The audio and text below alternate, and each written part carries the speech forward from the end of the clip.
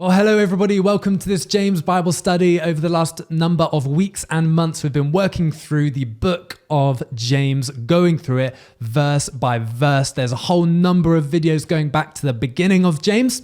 And today we're picking the letter up from James 5 verses 10 to 12. We're going to begin by having a read of the verses and then we're going to unpack these further. From verse 10, brothers and sisters, as an example of patience in the face of suffering, take the prophets who spoke in the name of the Lord. As you know, we count as blessed those who have persevered.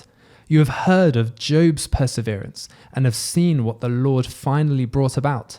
The Lord is full of compassion and mercy. Above all, my brothers and sisters, do not swear, not by heaven or by earth or by anything else. All you need to say is a simple yes or no. Otherwise, you'll be condemned. So here James brings as an example the person of Job from the Old Testament as somebody who persevered. And just to delve into that example a little bit, what does Job's example teach both James's initial audience who he's writing to, but also us today, Dr. John? I think just giving a little bit of the background to the story in the book of Job. It's interesting in the Schofield Reference Bible to quote, the book of Job is a dramatic poem, probably the oldest book in the Bible, written before the law of Moses was introduced.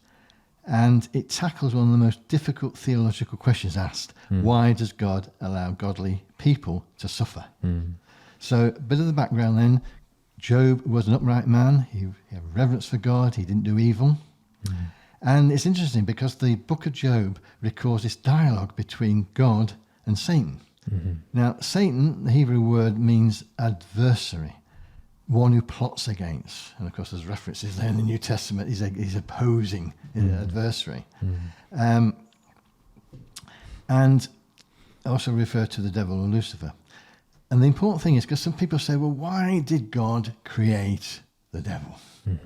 The thing is that he created an angel who was not evil, who chose evil. So he didn't create evil. He was created good and then chose evil and took other angels with him, which were called demons. So that's a bit of the background. And so there's this dialogue between Satan and God. And Satan's saying, well, look, you got this, God's saying, oh, this Job is a decent guy, he's really great, he's does everything I wanted him to do, he's very good, he's upright. And Satan then says, yeah, but you're only doing that because you're blessing him. If you were to take these things away, he'd curse you. Right. And it's this tension between, are people loving God just because of what they're getting? Or are they loving God out of a pure heart, because they love God for who he is?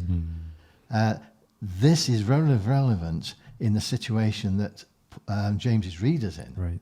because they're going through difficult situations. They're being persecuted, they're being exploited. They could well turn around and say, well, I'm serving God, I'm loving God, and why is this all happening to me? And so here it refers to Job to kind of explain what's going on. Really helpful. Thanks for opening that up, Dr. John. Pastor Fraser, can we just delve further into those kind of crossovers, between what Job goes through here and what encouragement that would have brought to James's readers?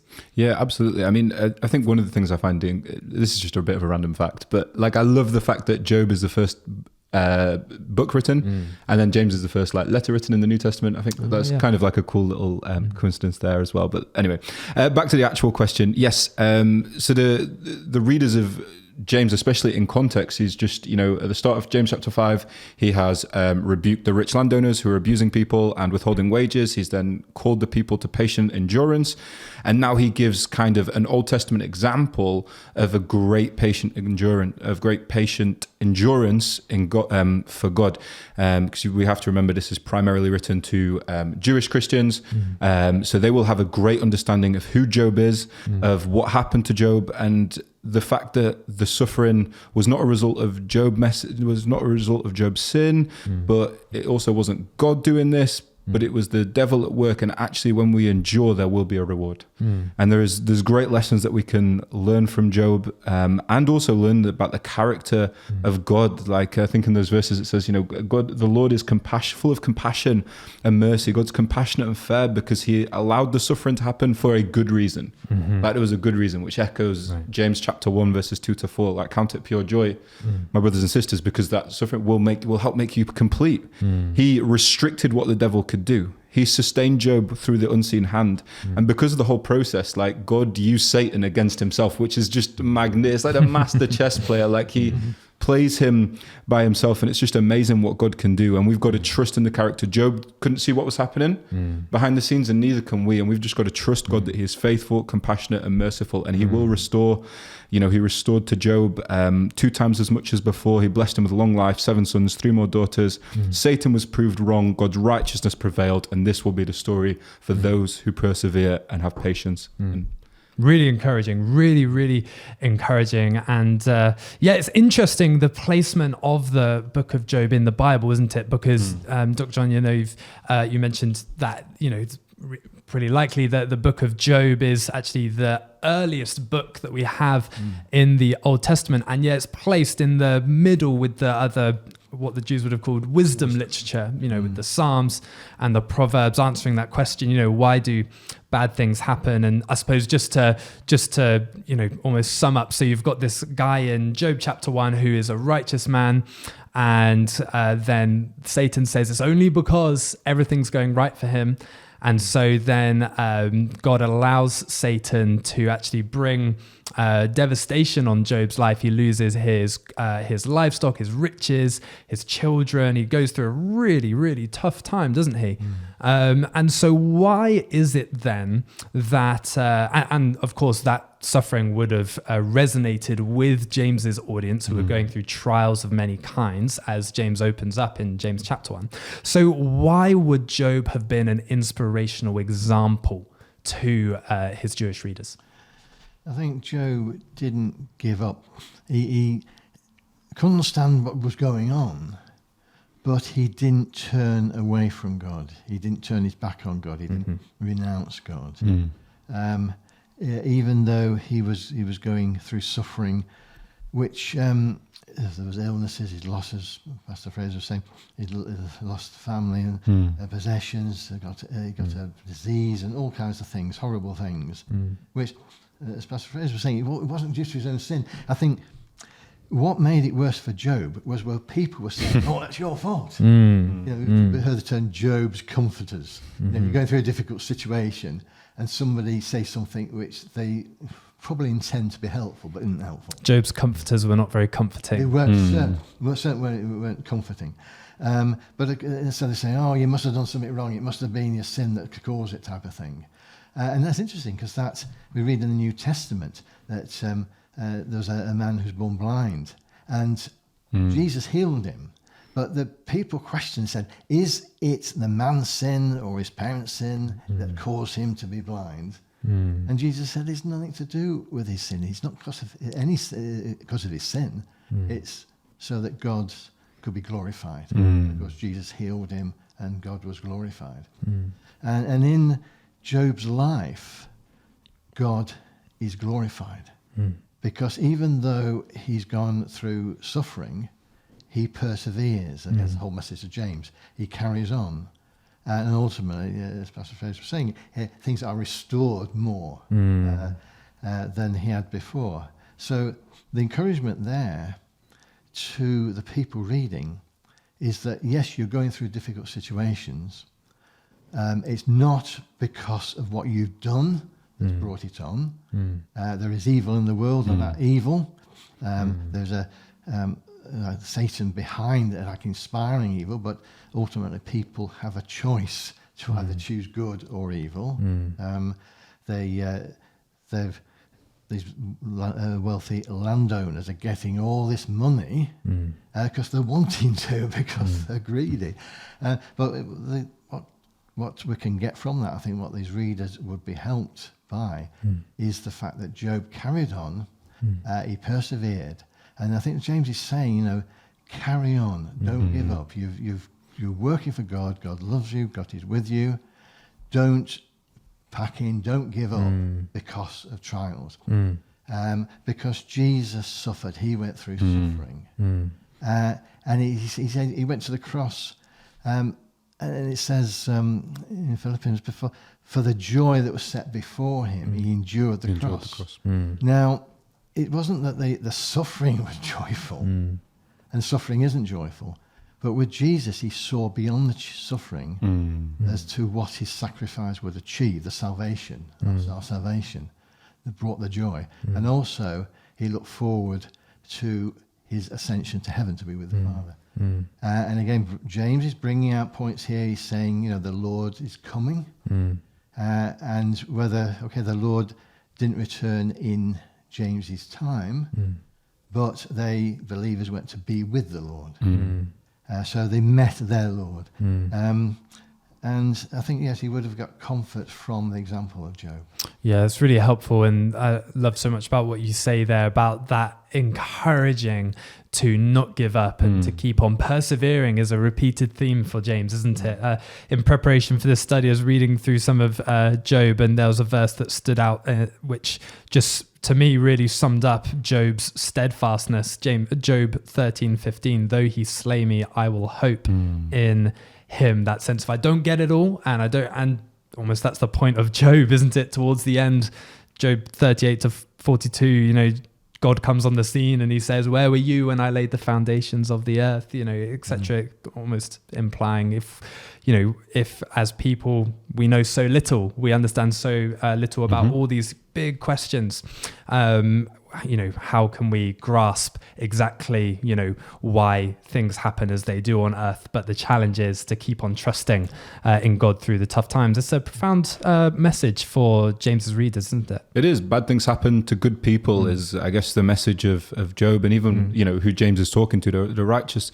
it's the righteous ones who are having their wages withheld, who James is talking to. And I guess it answers the question that there is a reason why these things happen. It's just that we may not know them. Right. We may not understand them right now, but as you said, in the schemes of eternity, we will see that God, Romans 8:28, isn't it? That God's working all things together for the good of those who love him. We don't get it now, but actually he is. And suffering in a weird way can really bring us closer to God, both personally and in relationship with him. I think it's like, going back to the start of the letter, that James, 1:2-4 principle, that actually it count it joy, because it brings us closer in character and knowledge, and actually it makes us mature and complete, that word teleos. Well, that's exactly it. There's a verse towards the end of Job, I believe, I don't have the reference, but Job says, my ears had heard about you, but now my eyes have seen you. There's something about going through trials and persevering that brings us closer to God in relationship, isn't there? So moving forward, the whole point of Job is that he endured great suffering. And I know we've touched on this, but it'd be good just to address it head on. Is suffering then something that God causes, or is it something he permits in order to strengthen our faith? Or alternatively, is that kind of thinking off the mark? Dr. John, what do you make of that? I think looking at the story of Job, that Satan wanted to do this, that, and the other to Job. And from the dialogue there, God is saying, you can do so much, but no further. Now, God is good, so God doesn't cause suffering. He's not the author of suffering and pain at all. Now, this is the kind of very difficult area, but I think it's important to look at it. But God has got the power to heal. He's almighty, but sometimes he does allow us to go through certain suffering, certain difficulties, and I think Pastor Fraser brought this out as well, that in going through that, we can become closer to God, and it's the big picture of eternity. We're here for a short time, and we're here to try and help and do good to others. And you think of all the medical developments, which is great. That we're trying to relieve suffering.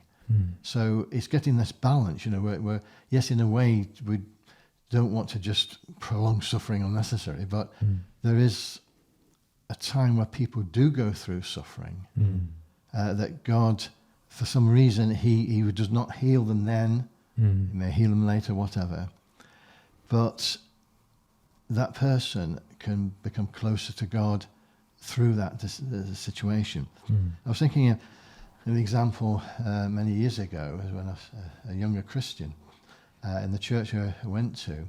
There was a chap there, a lovely chap in a wheelchair, and regularly he would be prayed for healing, but that man wasn't healed physically.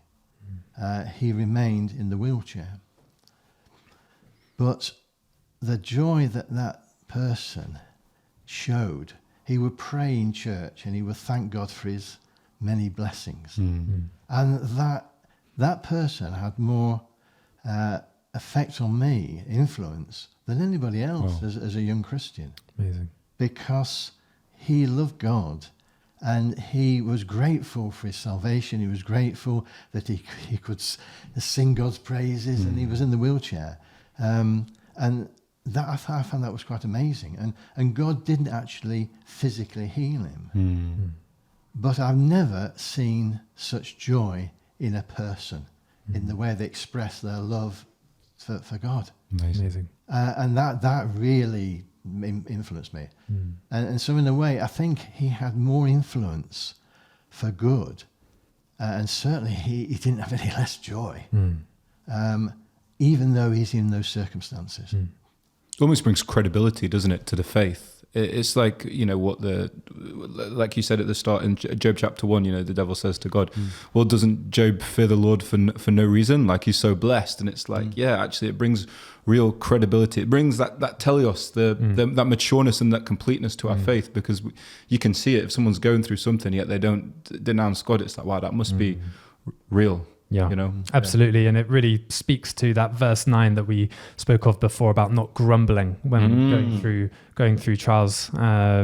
Amazing. And, I suppose when we go through our own trials in our own life, it can be really difficult, can't it? And we can have all these questions. And I suppose one of the difficult things is that not all of our questions necessarily get answered in the Bible, but there is that encouragement at the end, isn't there? Verse 11, the Lord is full of compassion and mercy, and he will walk through those difficult times with us, and he will be our strength and our comfort. Just to touch on verse 12 there then, above all, my brothers and sisters, do not swear, not by heaven or by earth or anything else. What is James getting at in these verses? And specifically, it's poignant to note that he says above all. So what is James getting at here, Pastor Fraser? Yeah, in kind of studying for this, a lot of the people at the time, especially the Jewish people, would almost use these. They make distinctions between the oaths they'd make binding oaths and non-binding oaths, and these oaths would include different things, but it was essentially people like crossing their feet. It's like the equivalent of schoolyard, crossing your fingers behind your back and saying, well, always giving them a way out. And James is saying, basically, don't be double-minded. Let your yes be your yes and your no be your no. Even one historian cites a pagan work which writes about the Jews at the time that said they were known for their heedless and false swearing.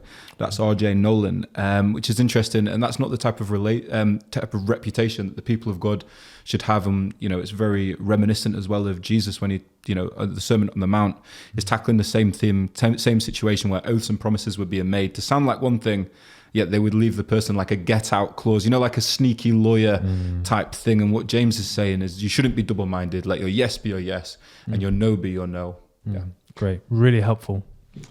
It's interesting that James says above all, and I looked, the Greek word is actually pro.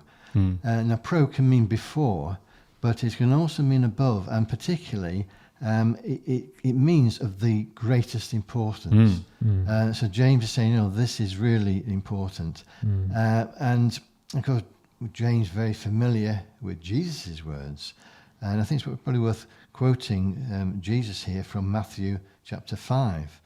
Jesus says, I tell you, do not swear an oath at all, either by heaven, for it is God's throne, or by the earth, for it is his footstool, by Jerusalem, it is the city of the great king.